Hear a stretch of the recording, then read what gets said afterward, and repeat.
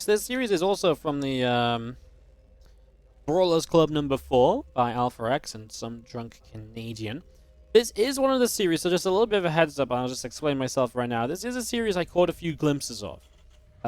This is a series I kind of like I said, I tuned it. I woke up early the other day, I couldn't sleep a bit, so I got up and getting up and kind of finding something to watch. I tuned into this event because I was kind of like, oh, I wonder if the replays are going to be good to cast.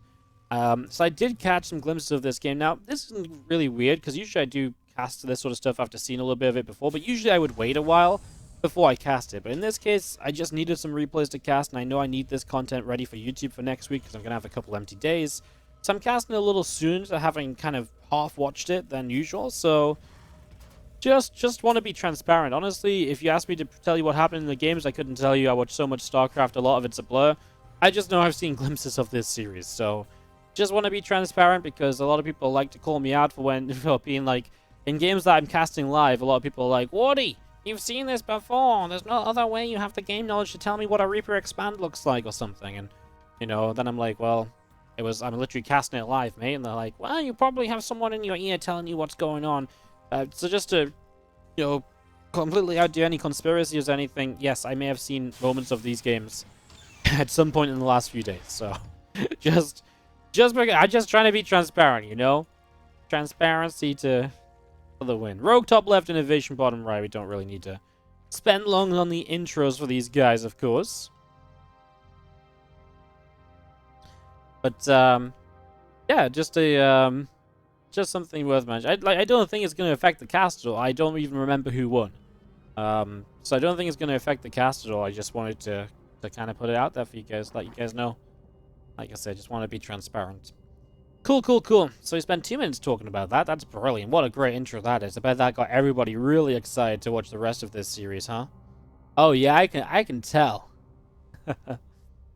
Alright, well, we're just going to be seeing our Reaper coming across, and let's see what INnoVation gets up to. Now, one series of INnoVation Rogue I did cast recently was their matchup in the World Team League. The INnoVation just looked amazing, and he just didn't really give Rogue a chance. He shut him down pretty quickly, and I wasn't really much else to say beyond that, right? Like, INnoVation just looked good against him. It was a 2-0. That one's already up on the YouTube if you want to check it out. Hello, YouTube viewers. Like and subscribe. You guys know the drill. But yeah, just, yeah, I don't know. I just think this is... If I had to pick someone right now, just based on that last set of games they played, I'd like to pick INnoVation. But the thing is with these two players is that these are the two kind of guys that can really just swing one way or the other on any given day, right? On any given day, INnoVation can go from being a favorite that can 2-0 sweep Rogue to Rogue being the guy that's going to just make INnoVation look silly at every point in the game, right? And make INnoVation look like you can't play ZVT. You know, that's what these guys do. You know, when you're at the very, very best, sometimes little things go wrong and it looks like a complete disaster. So we're all going to come back through with this Reaper around the top side, hops up to the main base where there's a Queen and an Overlord hanging around. The Reaper's going to be pinned back for a little bit. Queen gets some shots off. Reaper taking some damage, and the Ling's going to help to chase it down to the low ground there, as we're going to see a drone going to be picked away at as well.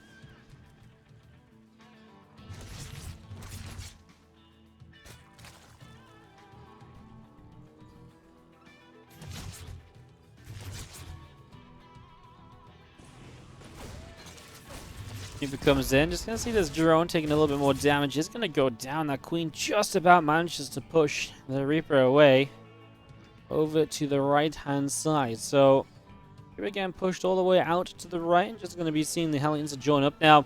Stimpack's coming through, so pretty early stim with 3cc, Viking on the way, INnoVation wanting to push back some Overlord vision, try and keep Rogue in the dark as much as possible. As the Reaper and 4 Hellions coming through, just getting a little bit of a tap off onto the first Queen, which is nice. Yeah, there's our lad coming up as well from Rogue. Just getting that underway, extra Overlords coming through. Again, our Stimpack and our Hellions all continuing up as well, so... I mean, very just standard across the board. Bane Nest before the lair is very safe from Rogue, and that's maybe the biggest thing to talk about right now, in the fact that he's just playing so that he doesn't die. This is a I don't want to be hit by Hellbats or anything sort of setup, so... A little bit of precaution. You could build the lair sooner than he did. But in this case, yeah, not going to be too quick. And with this kind of lair time, we typically are just seeing those kind of Ling Bane setups. If you want to see kind of a lair for kind of mutas that's been starting a little bit sooner lately, kind of around the 4-minute mark instead of like 4:20 or so, which is when this lair started, or thereabouts. So yeah, it is just looking to me as though we're going to see probably Ling Bane speed as the priority into Evo Chamber melee upgrades, and probably at that stage, then you start thinking about the future. Now, is it possible for Rogue to go Spire? Yes. Would it be the fastest possible Spire? Absolutely not. Is it possible for Rogue to kind of just play Ling Bane into, like Lurkers or Hydras later? Yeah, that's absolutely a thing too, and I think that might be even the style that he goes for. There's that Bane speed. Our next chunk of gas is going to go on those upgrades. You can see he's actually just got the perfect amount of gas for 1-1, so it really is that, everything being timed out well. You can see how this build has come together nicely here from Rogue this far. His gas timings have been on point. There's INnoVation going to bring these few Hellions around the top side. It's going to bring those around the right to the top. Going to look to try and run by into a mineral line perhaps, as a few Zerglings will spread out slightly, waiting to accept those Hellions. So yeah, not going to actually get too much damage done. Now INnoVation building tanks, a couple of additional barracks continuing up as well as our Hellions move through to the center. What we do wonder, kind of one of the next steps for Terran players, is we don't see it a lot anymore, but the 8 racks versus a second factory. And that's basically the next big question on INnoVation's production side, right? Starts an armory, gets ready for 2-2. Are we going to see extra racks, or are we going to see second factory and a 4th base? That's basically what this revolves around at the moment.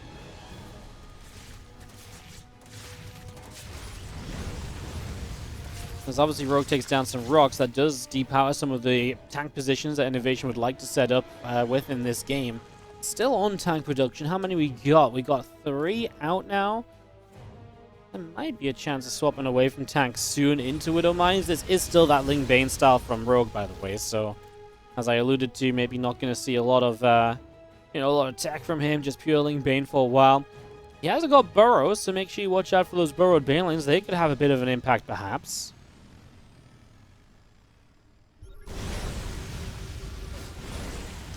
Moving through, a bunch of these creep tumors already going down, so a lot of creep being cleared out to begin with. Now we still have these Hellions alive that can morph into Hellbats, and that's fantastic, because they can now soak up a few of these Banes to really power up this attack of INnoVation. As the tanks get sieged, Rogue does not have units spread out or ready to flank in. This is going to be an attack from one direction from Rogue. There's an Infestation Pit and a Hydroden Storm, so we see what the future of this is going to be. So he sets up for the future as he goes in to clear this out. Let's see how it goes. INnoVation will re-engage with these Marines on the low ground, has to split a bit further back. Rogue does have enough to clean this up, and INnoVation is just about able to pull on out of here with a few units still alive. Reinforcements coming through, and you look at resources lost coming out of this. INnoVation will be taking the lead.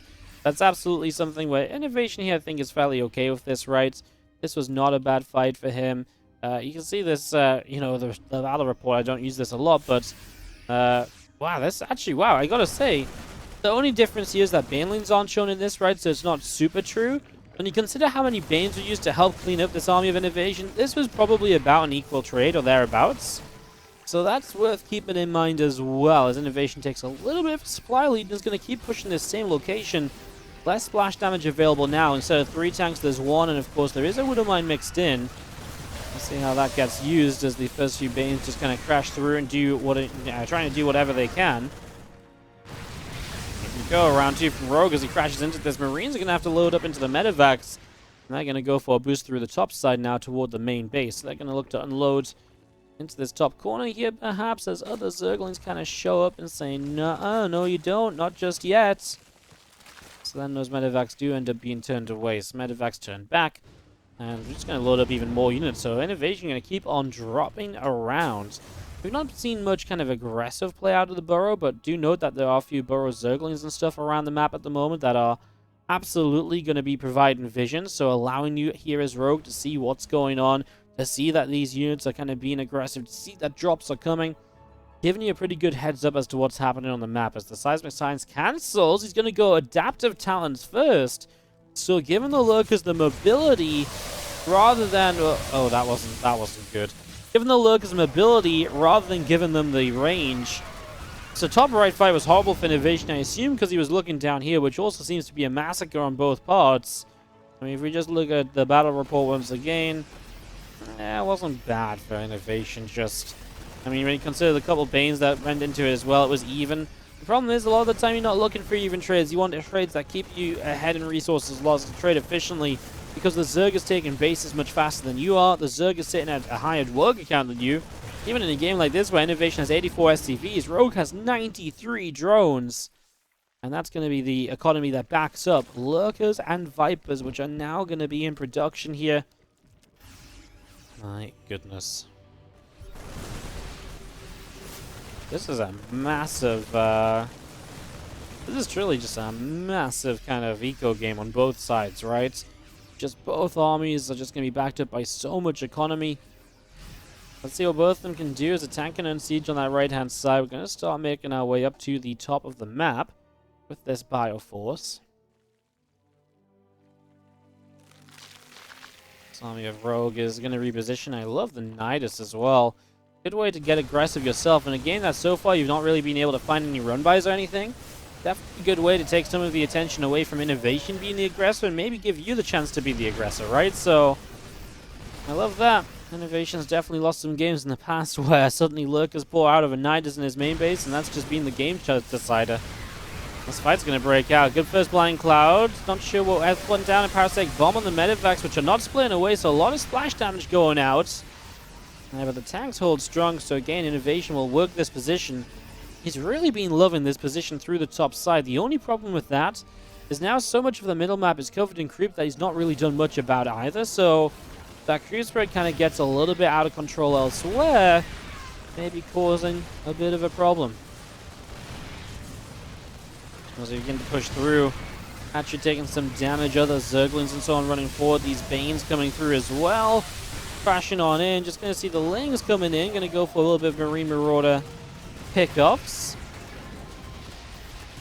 Nice counterattack, actually, going to kill off this 5th base that's building too. Meanwhile, Rogue is still looking to push back INnoVation on this top side. Bane's crashing through, tanks are firing.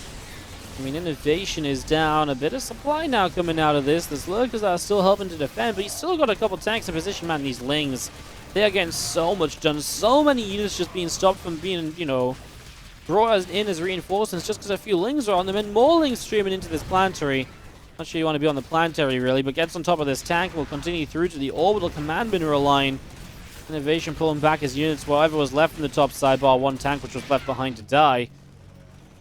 Well, we come out of this 30 minutes on Romantic side, and we're having a bit of a, well, a bit of a crazy game. This is nothing like the INnoVation Cess series we just cast, where everything was like one attack and done. This is back and forth, trading out.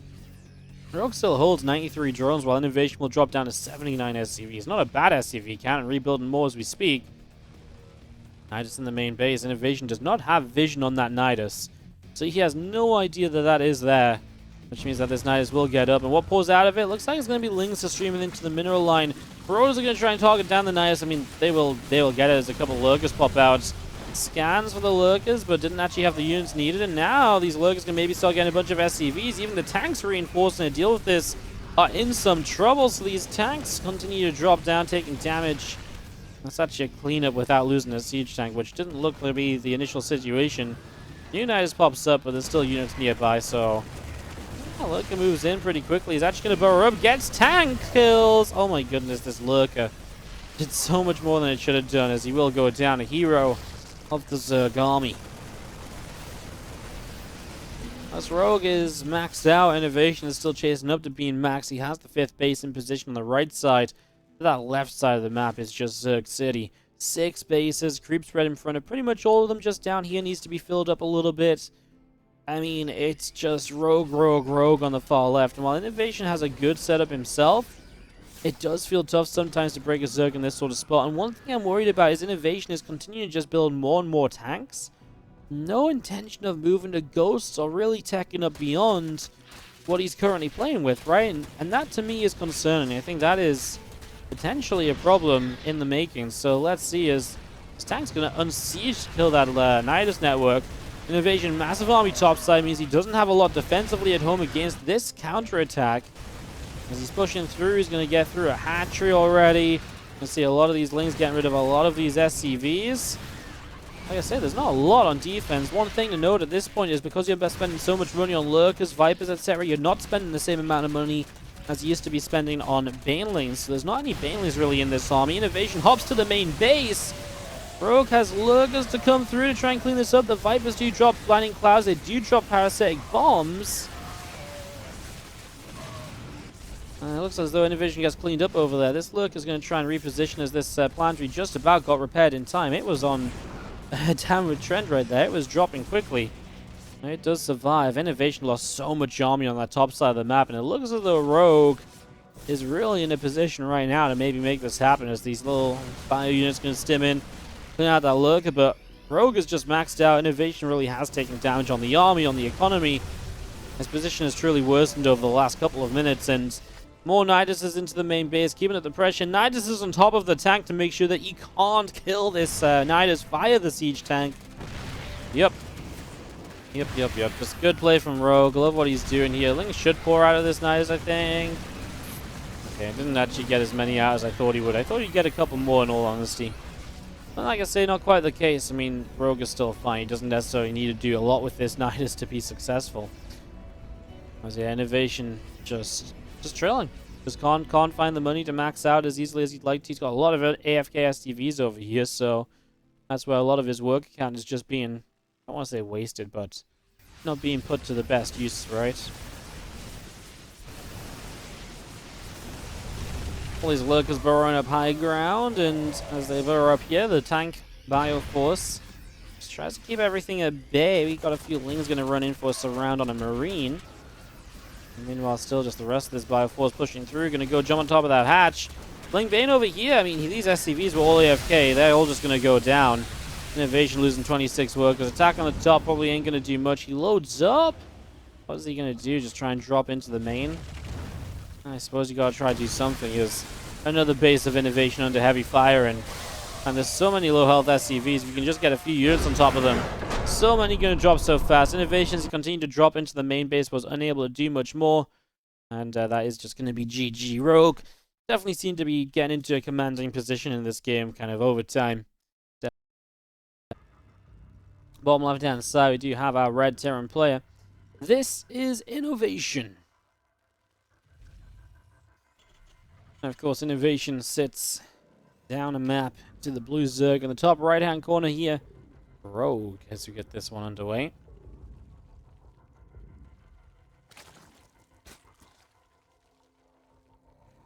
Rogue just kind of, once Rogue started some of these counterattacks, it just felt like INnoVation never really had a chance again. And even then, like, Rogue really just handled those INnoVation armies very well too. Yes, there's a bit of a resource loss difference in favor of INnoVation after those fights, but there's always meant to be.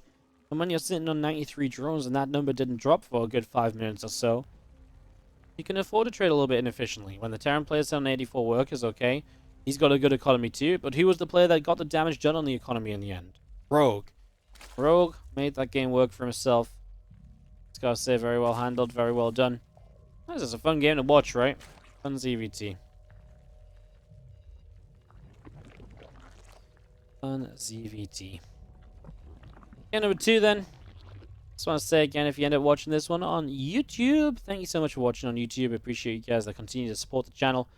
Do subscribe if you don't already, and do consider hitting the like button on this video. It does help more people to see it, and more than anything, I mean, it obviously helps me out, gives me views, but it also helps other people to enjoy awesome games of Starcraft too. So if you think it's a good match, if you think it's good games, give the video a like I say, subscribe if you don't already.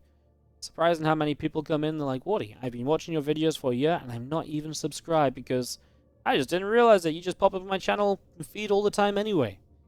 So yeah, check that sub button, and otherwise, again, we're just waiting for this game 2 to really kick off here.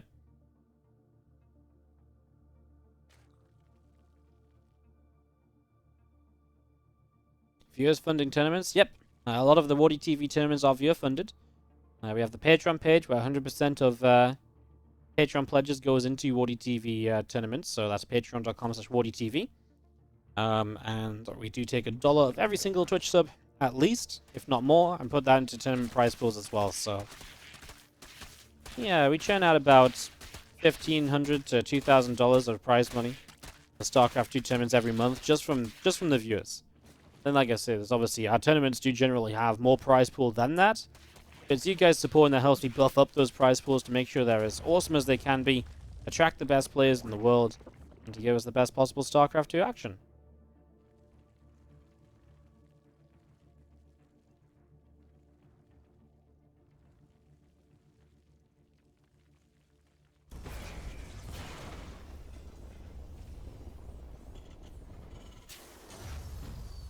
Starport into the main base as our third CC begins to build up. A few drones coming through. Zergling's speed is on the way. Getting that ready to roll here is it's going to be having our starport again about halfway done. A couple more Hellions coming through. All of this getting set up right now for Rogue and INnoVation. Last game was pretty standard, right? It was 3CC from INnoVation as well, and just Sim Viking was really quite passive, right? It wasn't very aggressive, wasn't anything too harassment focused either. This game is going to open with a Banshee, which I think makes a lot of sense. We are here on Oxide, a little bit of a Terran favored map, and you know, one where a player like Rogue may not be afraid to bring into, you know, a few roaches, a bit of a roach attack. Banshee keeps you very safe, or at least safer, against those attacks that are not going to Banshees, so it definitely helps. Looks like pretty low commitment Banshee though, starting up Stim instead of Cloaks, just maybe the one, stays cloakless, doesn't even get much of a chance to harass or anything. Seems to be the situation we build into at the moment. As we have got the Banshee here from INnoVation about to pop out. Otherwise, a Marine just going to tackle this Overlord. So this Overlord taking some chunks of damage at the moment as well. So we'll be taking some hits. The Hellions of INnoVation moving all the way around the right-hand side. Just going to try and see if they can dive in for some damage. Rogue opting for this right side base to begin with. And going to be working back to the top side of the map for his fourth base, you'd imagine, later on in this game. Taking this third base already just means that you can kind of deal with some of the tank positions here a little bit easier. Once you get the creep out here a bit better. I mean, both sides of this map have pretty good tank positions, though. It's a little bit of a tough one to focus on.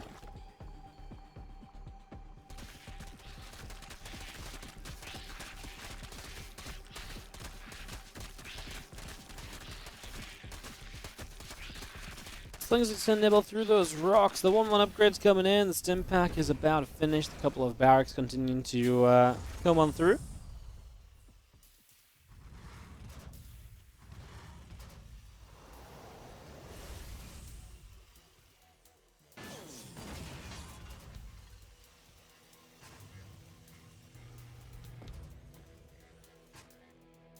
There's that Banshee that I mentioned. Shouldn't be able to get up to too much with that cloak or anything. Just one kill. Gonna come back around. Might be able to put some damage on this fourth base, but again, if there was two Banshees, that's something that might be truly threatening. It's just the one Banshee. Just really ain't that scary. This really is not. As this Banshee comes back through the center to the top side, Hellions are gonna come in and just gonna start roasting up a Queen.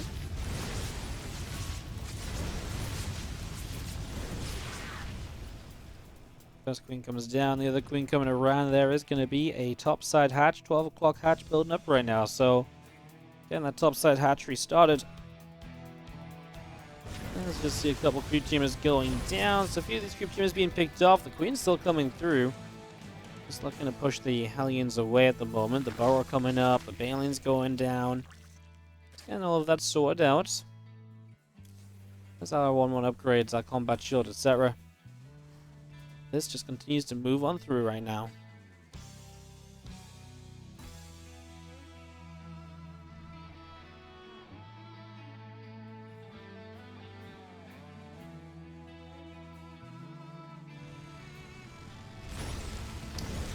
Creep spread will continue to fall, so a few of these creep teamers continue to drop off, and doing a good job from the Hellions here. A little attack on the right side, and the tank goes down. The Marines unable to support that properly as Rogue will continue through with this Ling Bane Force. Again, getting that Burrow upgrade really early in the game.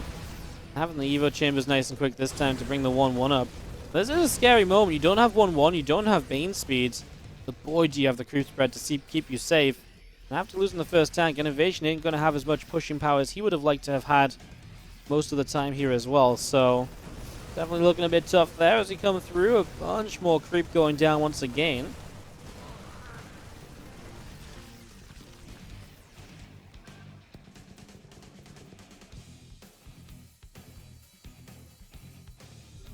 Kind of want to move up this right side as it continues through. Tank is going to siege, and a little more creep team is still going down. A hatchery, which is likely to fall.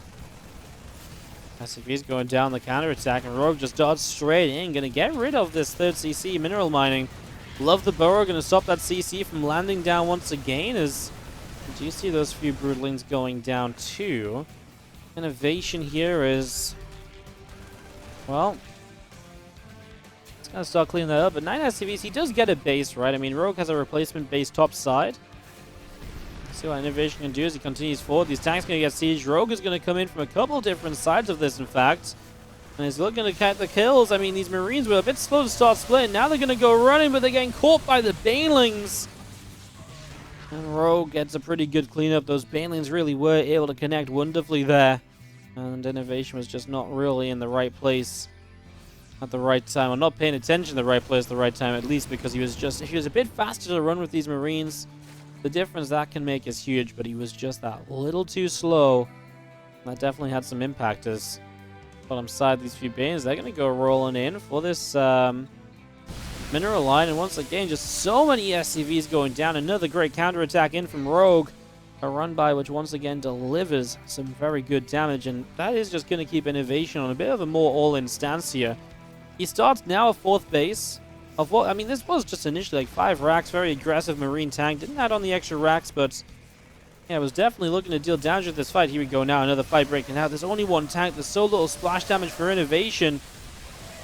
He actually does okay. The few Banes that are left getting chased away as well.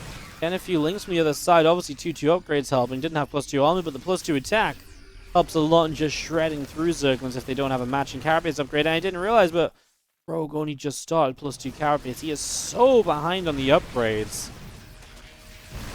I mean, yeah, the upgrade difference is pretty crazy at the moment as we push through. A little bit of Ling Bane going to come in. Marines have to keep on kiting back. Just going to see more of this Ling Bane continuing through as well. And we're just about looking as though we're going to jump on this hatchery, maybe. See more of this Ling Bane force coming through. Tank firing up. A storm, more Banelings still dropping. And this army of INnoVation is going to get rid of this base. This base is going to go down. Okay. So this base will fall. Just going to be seeing the rest of these Marines still pushing across as well. Coming through. A few creep teamers going down. Some of these Banelings going to be in trouble. We saw to split backwards. This is going to be seeing that creep spread continuing on through. Oh, sorry. Army continuing on through on this creep spread. Obviously allows you to kind of, as the Zerg, maybe have that little bit of a speed advantage. Another counterattack. Rogue knowing he needs to be dealing damage with what INnoVation is starting to get done here. Another 12 SCVs going down. Still the 2-2 upgrades helping INnoVation out a chunk right now. Queen's trying to come in. They try and get that siege tank. It will fall. 16 workers dead. INnoVation starting to reinforce. I mean, INnoVation's numbers are looking great. 58 to 36 army supply here. Another counterattack in from Rogue, and he's going to continue to put the pain on INnoVation, just slowing him down so much from where he wants to be at. Ouch. Left-hand side, another couple of SCVs going to be picked away at, and 28 workers killed. I mean, again, it's a hugely substantial amount. Burrows to force a scan as well. INnoVation's economy is in ruins, and all of this time INnoVation's been defending. He has not been able to take advantage of 2-2 versus 1-1. He's not been able to do more with these larger pushes, and that is so important for Rogue, because that's another big problem for him in this game, that right now he's negating with the way that he's playing. He's negating with these counterattacks, essentially. I think INnoVation might get on top of this top left base, although the Banes are going to start making a jump down here. He needs the tanks to fire. They took a while. Oh, guess who's back? It's another run by from Mr. Rogue. 5 SCVs, 6 SCVs down. We want to try and get this hatchery top side.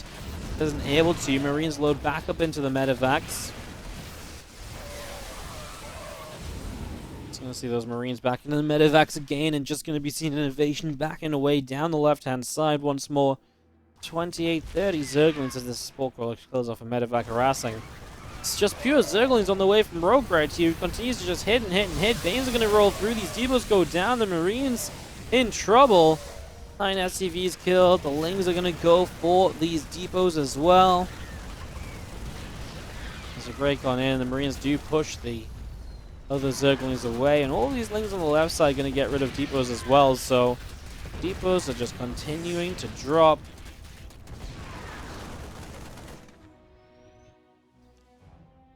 Well, guys, it just feels like INnoVation's in a lot of trouble. Just can't seem to do what he needs to do. Look at Den now on the way up from Rogue, who will obviously add in some actual tech beyond the Ling Bane.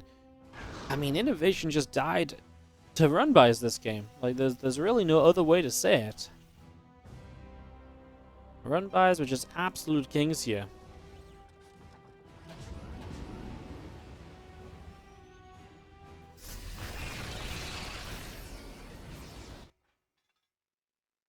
A few changelings picked off as INnoVation is trying to send out one more medevac. I mean, what does he need to do at this stage? Rogue's economy is stable. I mean, he needs a big strike. He needs to trade well with his army while also maybe hitting the eco somewhere else with a drop. The problem is, the chance to do that is gone. Like, he had an upgrade advantage. He had a way to take a big army win. He had a way to put some good harassment, and Rogue just kept him so busy during that time. Rogue doesn't keep him busy now, because INnoVation A stops attacking so much. He is playing more defensive. And B, Rogue is happy for that because Rogue is just setting up into his own tech. So he doesn't want INnoVation attacking him right now. And he doesn't want to counterattack either. So again, just in that regard, INnoVation is being played like a fiddle. He's playing Rogue's game. He's not playing his own TvZ. He's playing Rogue's ZVT at the moment.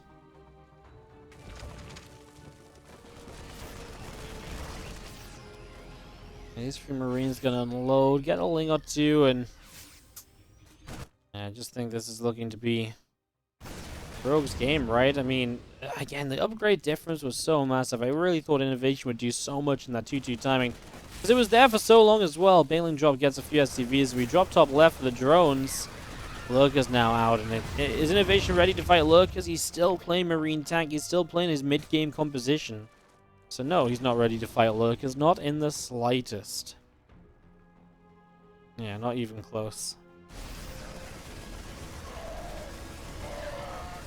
Gets a few drone kills on that top side. Now those Marines get cleaned out. A little bit of burrow action hits a few Marines, and just in case Rogue wasn't going to be able to hold on, which I think he was going to. I think he was fine. Just in case he wouldn't, he's actually still playing with every trick in the book to give him an advantage. Rogue is going to take the 2-0 lead against Inno in this best of. So, in the bottom left-hand side, our red Terran player here, down 2-0, is going to be INnoVation. As in the bottom right, it is our blue Zerg Rogue from Dragon Phoenix Gaming as we get this underway.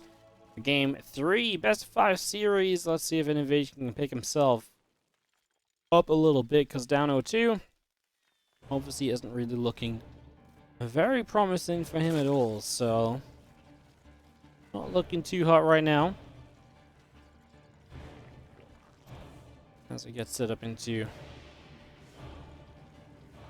could be the final game if Rogue just keeps it going. Rogue just looked good the last two games, right? Good counterattacks, good other bits and pieces, right? Just in general has been pretty impressive across the board. Has been pretty fun to watch. So let's see what we get.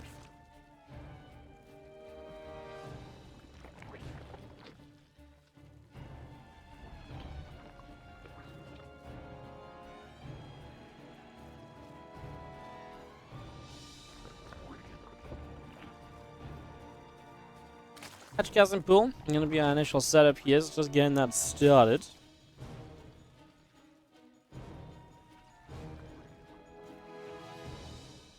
A couple of refineries coming into the main base. So no difference here for INnoVation to begin with. This is command center first. So already going a little different. Here on Blackburn, another nice Terran map. Do you wonder what the veto system is? We're seeing a lot of Oxide into Blackburns lately. Like the Terrans get 2 vetoes or 2 map picks in a row. Which is sometimes a map order or a veto process that is set up, so it is possible.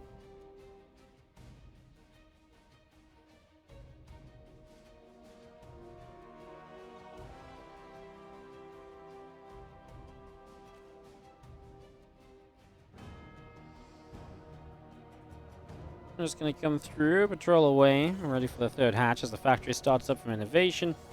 Yeah, I mean, obviously INnoVation just going to get a little bit of an extra eco out of this in the early stages. That's the setup at the moment. That's what we build up into for now.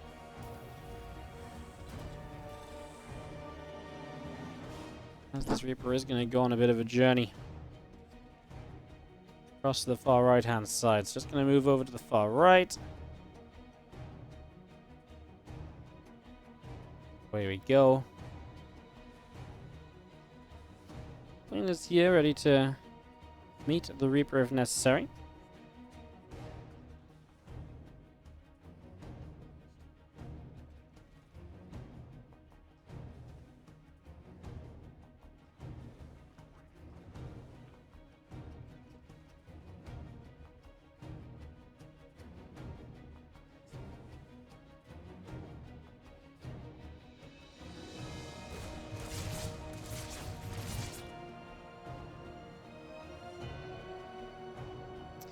So we're just going to be holding back a little bit. A couple more Hellions on the way out. It's actually going to be a second starport from INnoVation. Oh, we can go battle cruisers en masse here.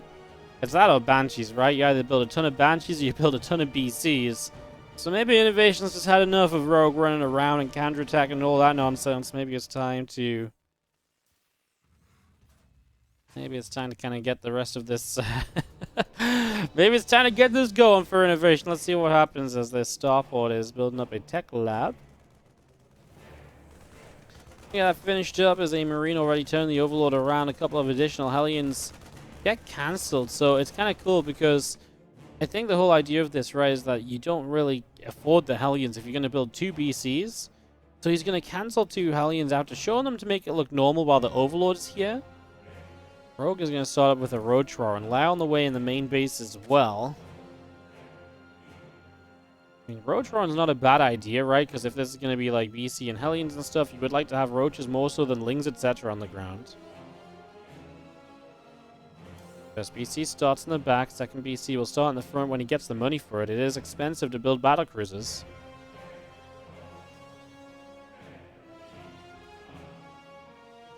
Two BCs on the way. Double Evo Chamber from Rogue on the top of the third base. We do have a single Zergling that moves around the left. Is going to be running up this ramp. Only really sees 2 Hellions, right? And that still is kind of concerning in a way. You also notice the third CC timing is going to be late, right? So there's a couple things here for Rogue that might be just ticking him off to the fact that this is something a little bit weird and different. He's adding Spore Crawlers right now. The thing is, how do you know it's 2 starport battlecruiser? That is a thing of non-existence, right? Let's see what happens. Against a low Hellion count, it's just going to be these PCs. Overseer on the way in, so he's about to know about this as well. INnoVation really can't hide this for much longer. What can he try and do? He's going to try and keep that BC away as the Overseer flies through. The Overseer will not see the second starport yet either. I think he just wants to keep this BC hidden until he can teleport in with 2 at the same time. So now he reveals BC1.